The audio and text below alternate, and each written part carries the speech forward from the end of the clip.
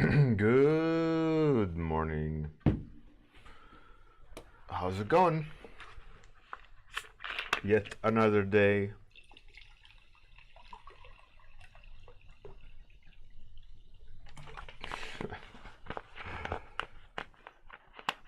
Another day, another warm-up.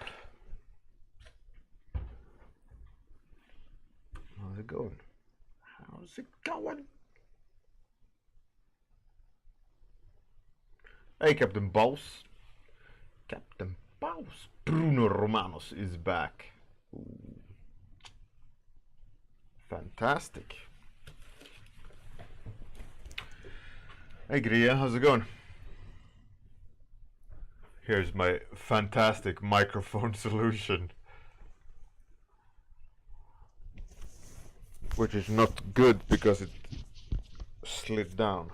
Shit. Now it's microphone ASMR again. 1 second. Sorry, people. ASMR microphone. Hey, Dr. Sheldon.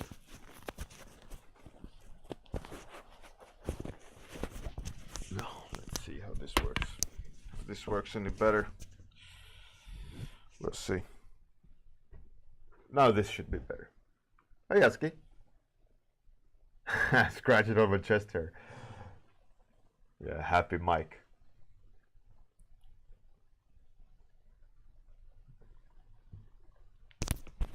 All right, let's go. Let's go full on. Yeah.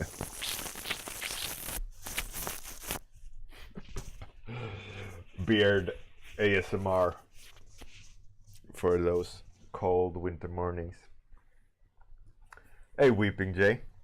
All right, so let's do another character. I've worked on this one a little bit more on my lunch break yesterday, and this is where I took it. I will finish it, but I think I'll finish it offline because it's gonna require just some fiddling and sitting and noodling details, and it's not gonna be interesting to look at. So,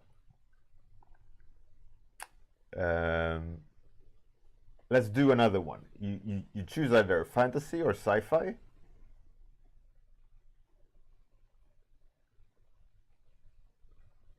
"12 generations." So either sci-fi or fantasy, and then a character archetype. You know, like a fantasy hunter or a sci-fi vampire, sci-fi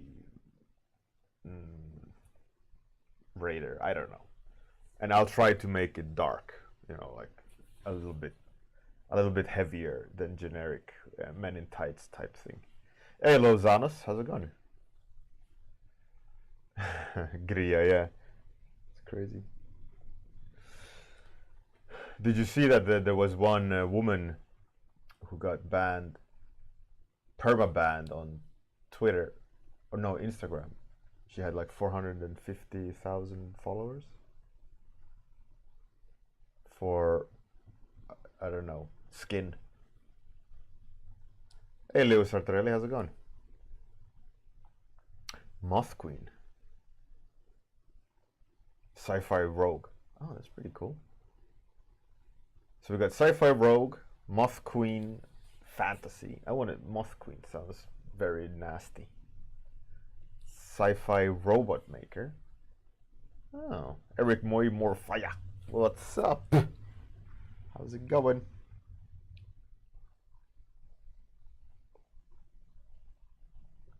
Moth Queen is a cool topic, for sure. Sci-fi Moth Queen, also very interesting. Could have that as a competitor. So we got 1, 2, 3, 4, 5. Moon Witch. Ooh. All right.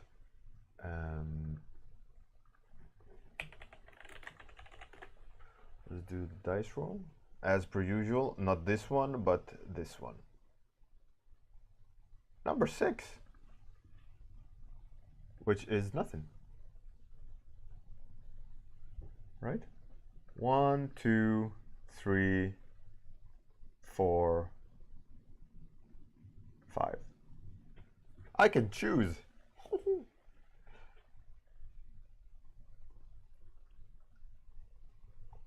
All right, let's do it again.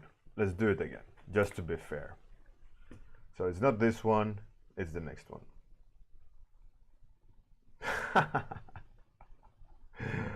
One more time. 3.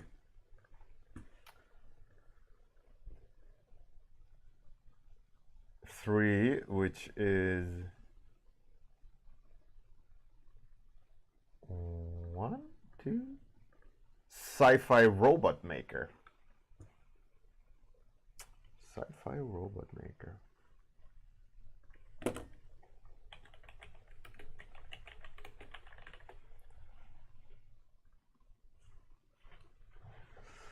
Okay. Oh, I need to write by Gria.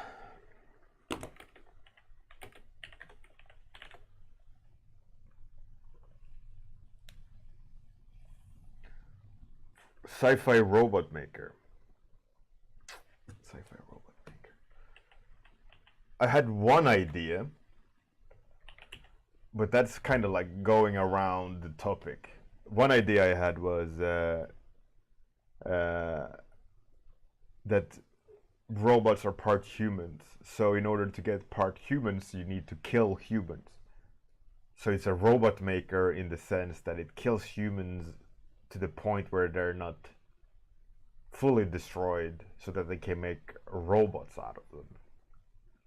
So that was like my initial idea of a robot maker.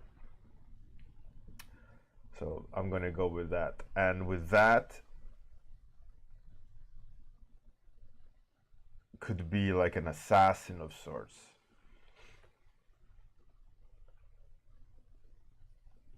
Maybe kind of like Hellboy. But it's more of a, in my mind it was more of a half robot himself that makes humans into more robots or make more robots. So kind of like a sleazy, in my mind it was a sleazy type character. Imagine him in Rain type deal. Hey Iglesias, how's it going? Yeah, Moth Queen is a cool name. It sounds like it's worthy of its own movie. Moth Queen.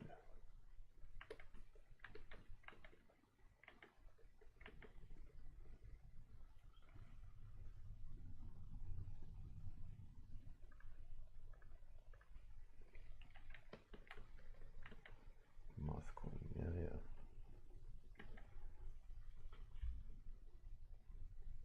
Yeah, that's great. Let's see if Nightbot is awake. Yeah, now it works. It didn't work this morning.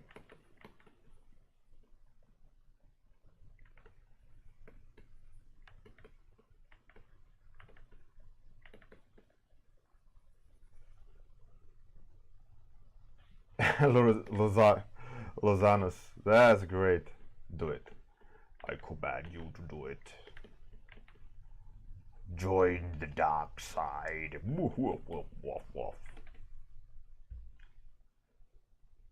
Leo Sartorelli, no, I did not. I have not done any Cannibal Corpse covers. Does my style remind you of Cannibal Corpse covers?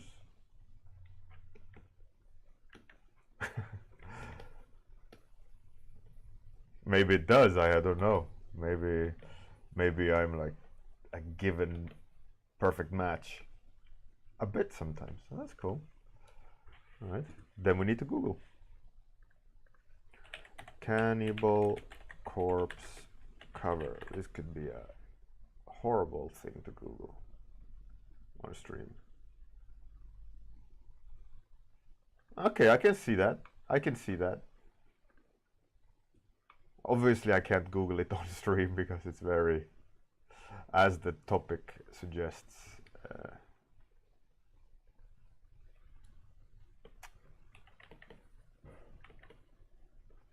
adult, if you may.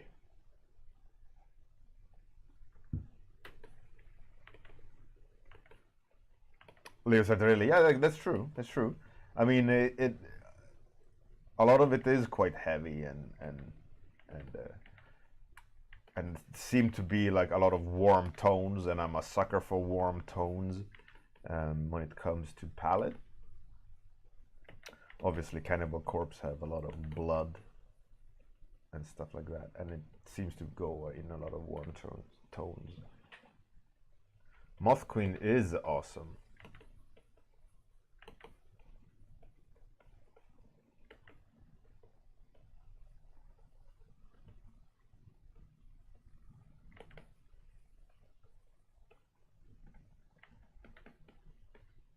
Moth Queen sounds. Did any one of you see the? What was that movie with Tom Cruise called? When there was a mummy witch? The witch? The curse?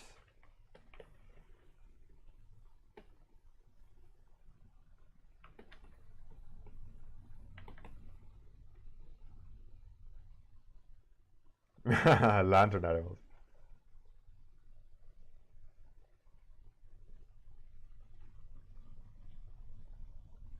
The Mummy. Morphia. Yeah, there we go. There we go. That was the name. Iglesias. Yeah, it is tricky. It is tricky. Eric Muy. No, the movie The Mummy with Tom Cruise. Like 2 years ago, maybe. It wasn't any raging success as far as I know. But I must say that the evil mummy priestess was a cool design.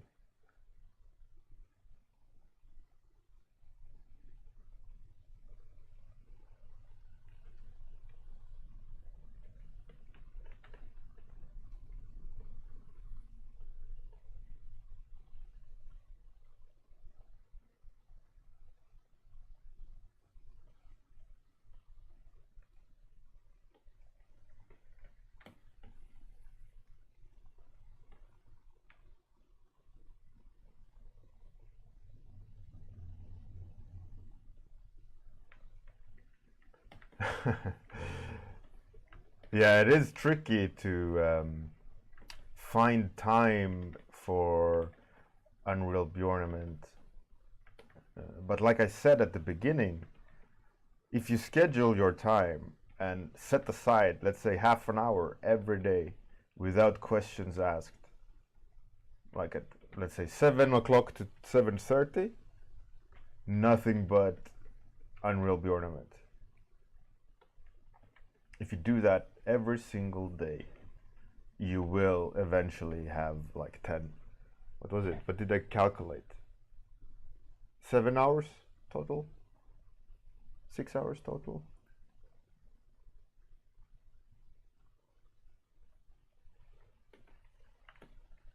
But that's only if you stay disciplined and you are efficient with your half an hour every day. But half an hour is not a lot, you know. You could easily squeeze half an hour a day in.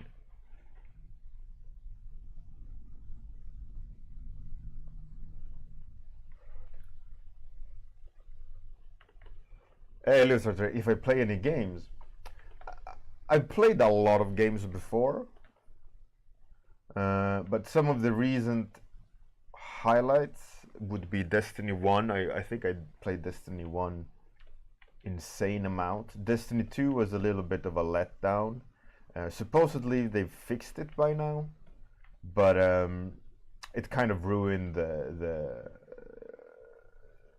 joy of playing Destiny, the launch quality of Destiny 2.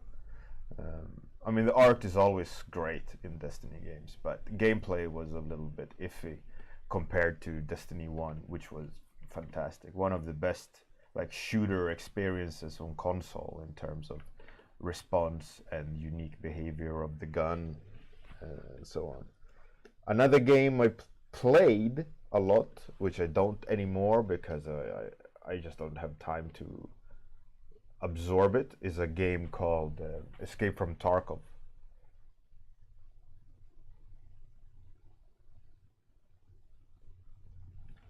And Escape from Tarkov is this Russian-produced or Russian-developed gun simulator, more or less, or loot simulator. It's a very hard game, but very challenging. But it has one of the best shooting mechanism and feel and sound in any game. If you like shooting guns, that game is definitely for you. But it's a very hardcore game. You can die with one bullet.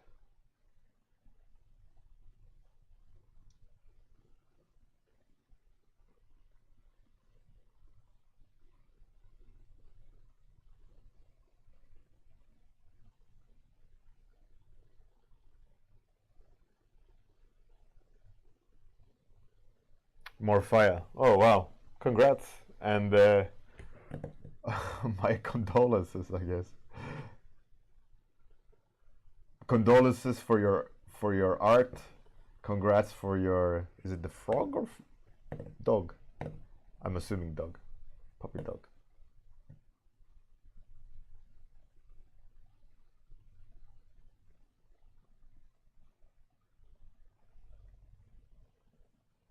Kirill, yeah, they do a lot of in Russian.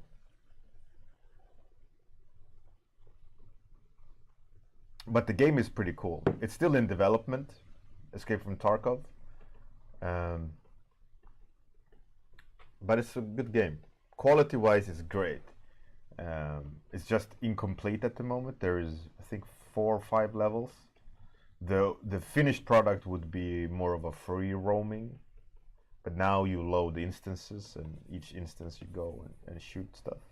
And if you die, you lose all your gear that you're wearing on your character. If you kill someone else, you can steal all their gear. And then you can find loot and buy loot and trade loot. And it's very, very much like that. But it's a cool idea.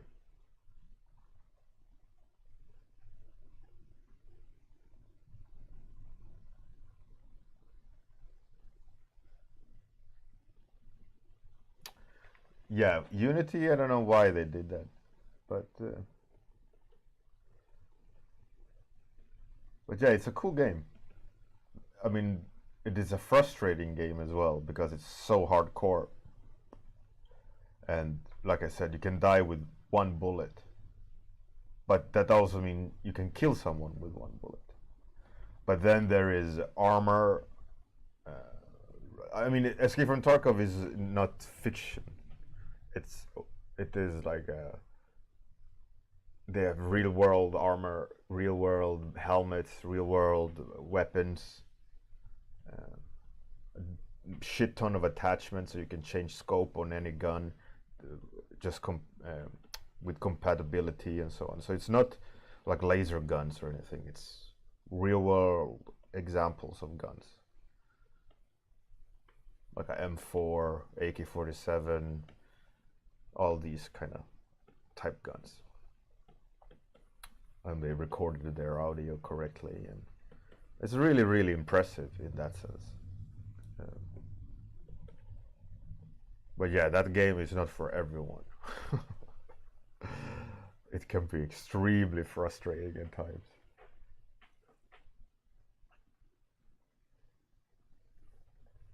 Yeah, it has tons of potential.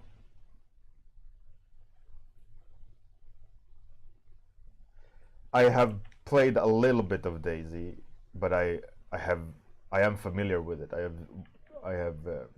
What I usually do is I have 2 monitors, right? One there and one here, and usually on one monitor I have something streaming or something playing or someone talking, and occasionally, or quite often rather, I have someone streaming from people that I follow on Twitch on the second monitor, so that it becomes like a good dialogue on the side.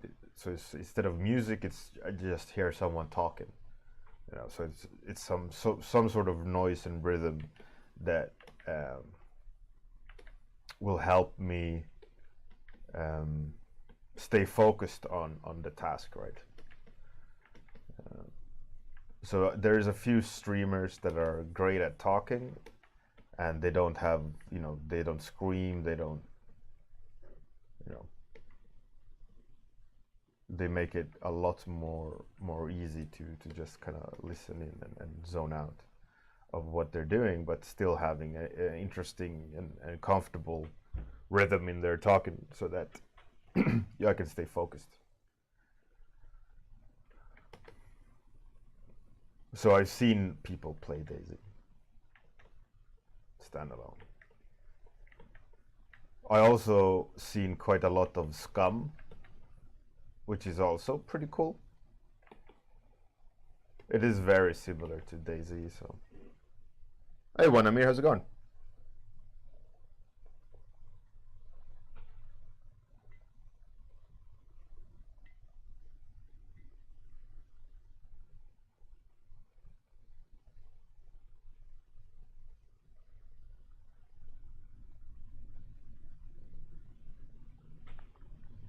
Captain Post.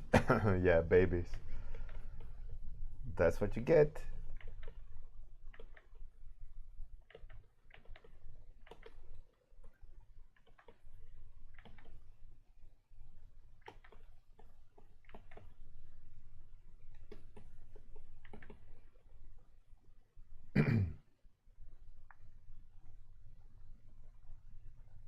I'm good, thank you, Wanamir.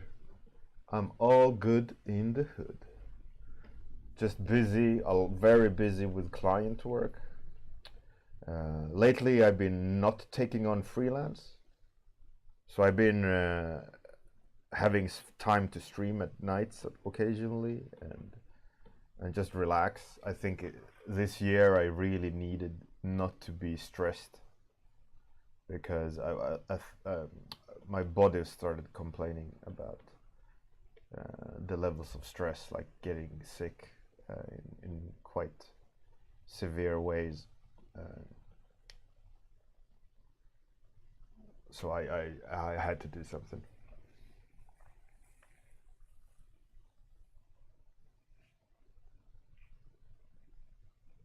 Hey, Jack Jones. What up? I'm all good, thank you. How are you?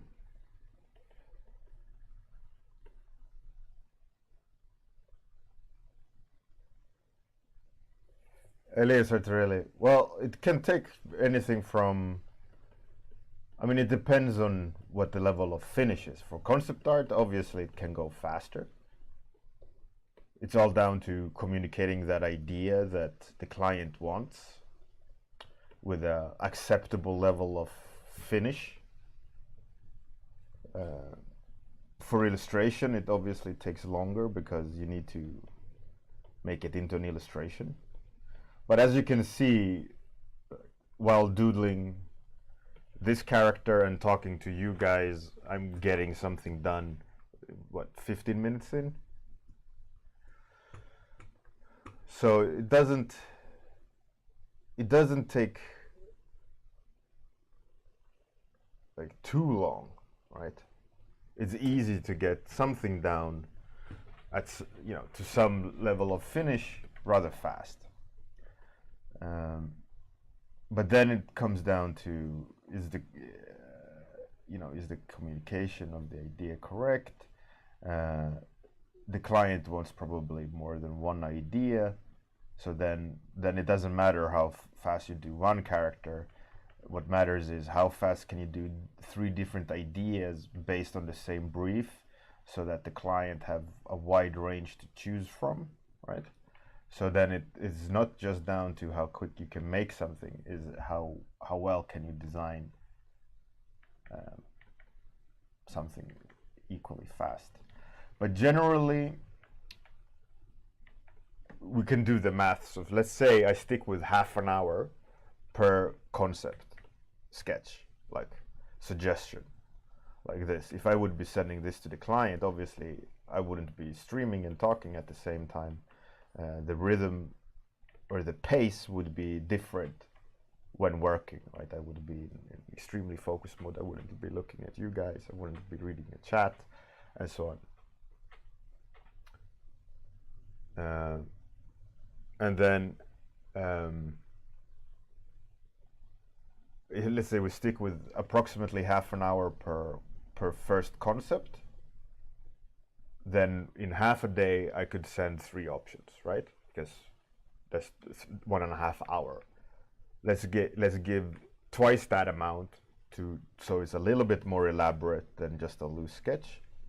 So that's 3 hours, and then add 1 more hour for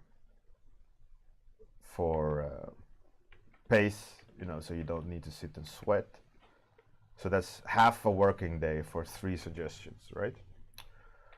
Where the client can see the design and make an educated decision of which to pursue, and then usually what happens is half a day more or a day more, depending on the level of the original sketch, to start tightening it, refining it, do alterations and changes, show it to the client, and the client will go, yeah, that's great, that's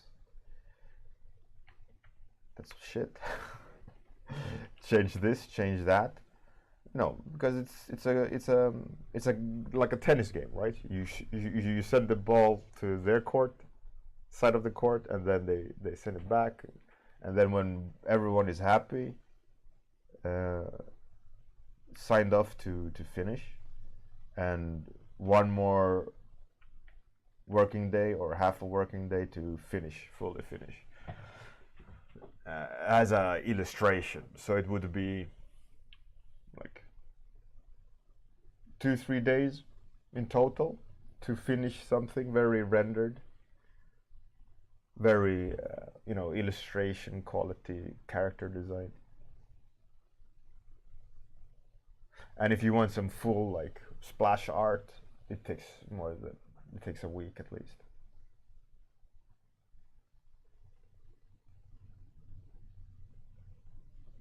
Gria, yeah, absolutely. There is drink and draw people in Latvia, for example. They have a session tonight at Stalingrad Cafe or whatever it's called, from 6 to 9. There's a Facebook group, Drink and Draw. Drink and Draw is spreading across all cities in Europe, more or less, and America. So there's usually your local Drink and Draw affiliate. I know that there's in Germany, there's in London.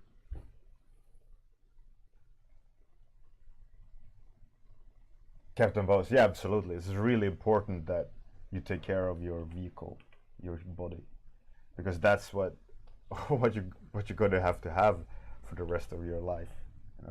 Who cares about how good you are at drawing if you die, or you break your hand so you can't draw because you drew too much, you didn't have a healthy pace.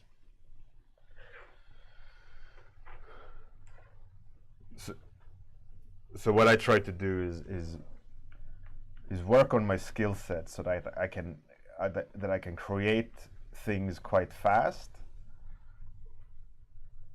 and I train my speed so my default speed is quite high, and then I take it down 1 notch, so I'm not sitting with a pumping heart, but I still will work focused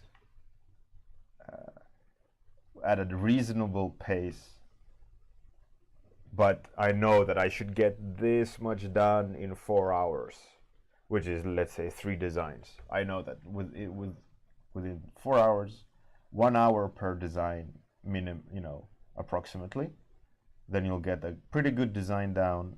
You get a pretty good thing to send off to the client at a decent quality so that they can see and discuss within their team of what they want to pursue, right? And that's what's most important, is analyzing their complicated brief and trying to what's it called? I guess visualize it, their problem.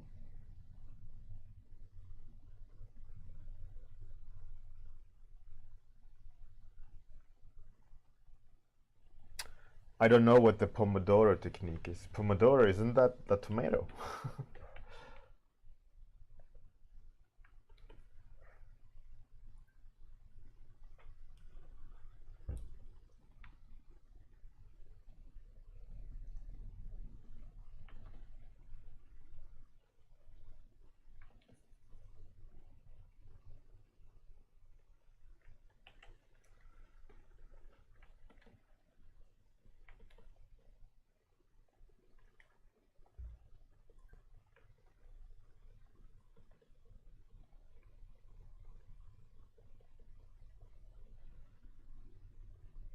I think Bruno Romanos is typing a longer sentence. Possibly.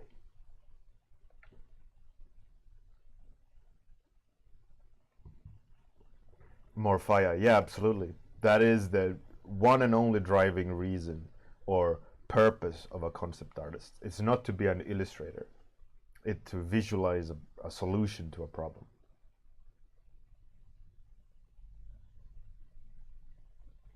How to get better shapes. Yeah, I can. It's a long rant though. But basically it's about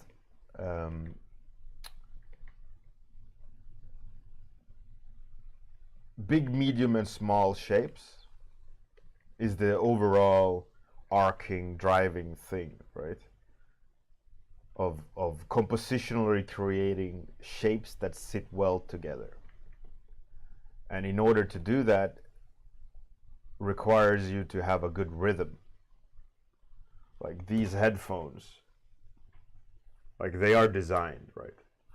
Like the proportions of where the cable is with this thing, where the placement of that is, it's all designed, right? It's not just that they threw measurements in a bucket, shook the bucket, and then like here's one headphone, here's another headphone. You know, they've measured, they've analyzed, they've looked at it. Like, is this a nice proportions?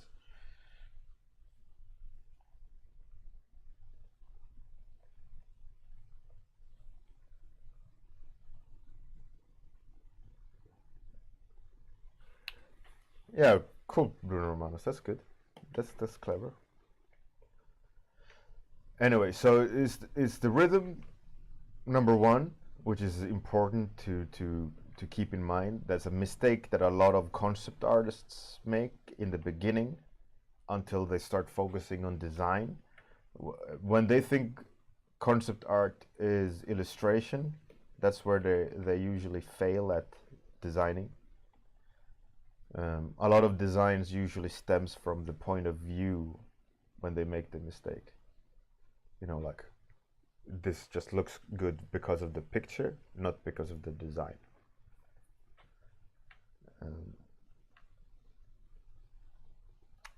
So the other thing to keep in mind is try to understand what you enjoy when it comes in terms of to shapes, patterns, and so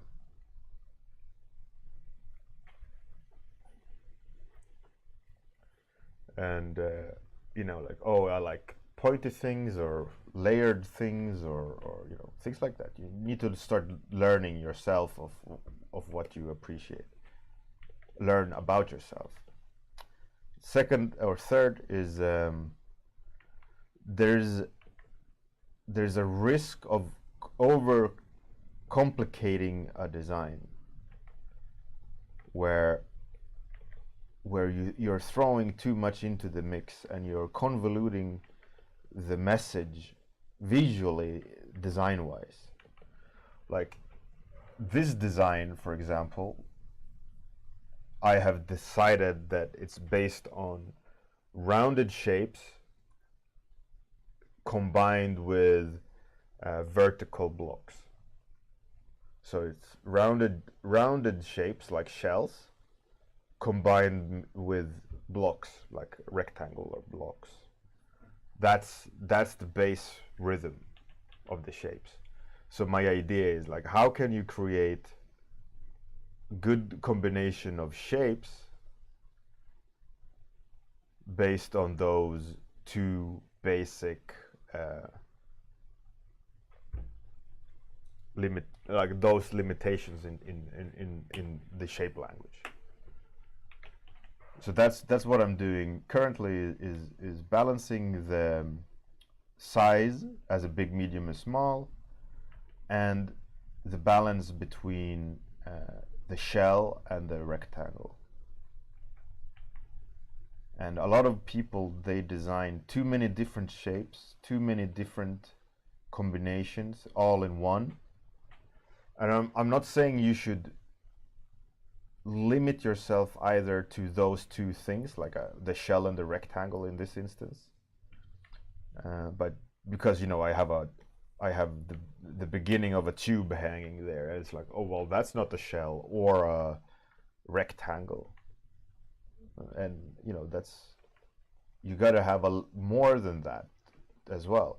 You gotta have some interesting materials. You gotta have some cool design stuff in there besides the basic shape language. But if you're not aware of the basic shape language of your design, you're gonna create something very, very messy. And it's easy to control something if you're aware of the limitations, and if you can see like, oh, my design is there's no coherency, then you can start looking back at the shape language and go, okay, have I gone too far? Do I need to rail it back? Do I need to up it? Do I need to do more? Do I need to change it up? You know, and it's like the resolve of it that makes it interesting, not the more you can play around with that, the stronger the designs you can make with all those things, like big, medium, small, what you prefer shape-wise, and the shape language and the combination of materials, which makes a design really good. And there's more theories, like one that I concocted myself, which is the napkin test. I've discussed this a few times already, but there's more than the basics. But I would say that's the basics of what you should kind of consider when you're designing.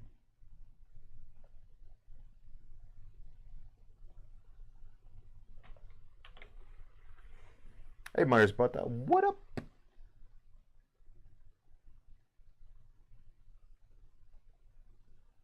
Sue the hue, yeah, just too late. Sue the hue. I mean, I'm not a book person. I'm self-taught. These are the things kind of I figured out myself.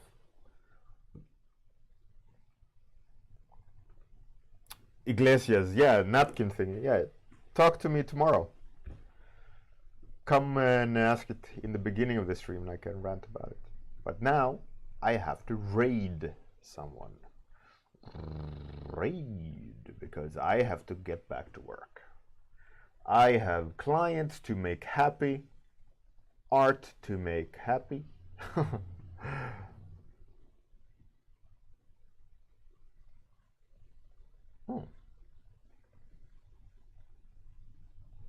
What's she doing? Add. Anyways, let's raid her.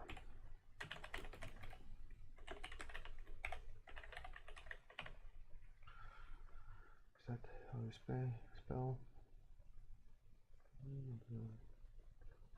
All right.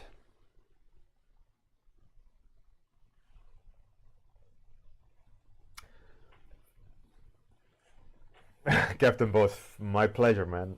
I absolutely, for everyone, I absolutely love our morning routine. It's fantastic. I love having discussions with you guys, reading your comments. It's really, really fun, and all the support and everything. It's fantastic. It's fantastic. All right, let's do the outro. Then I'll take you to Chloe Ventura. Have a great day. Have a great night's sleep if you're that part of the world. See you tomorrow. Adios.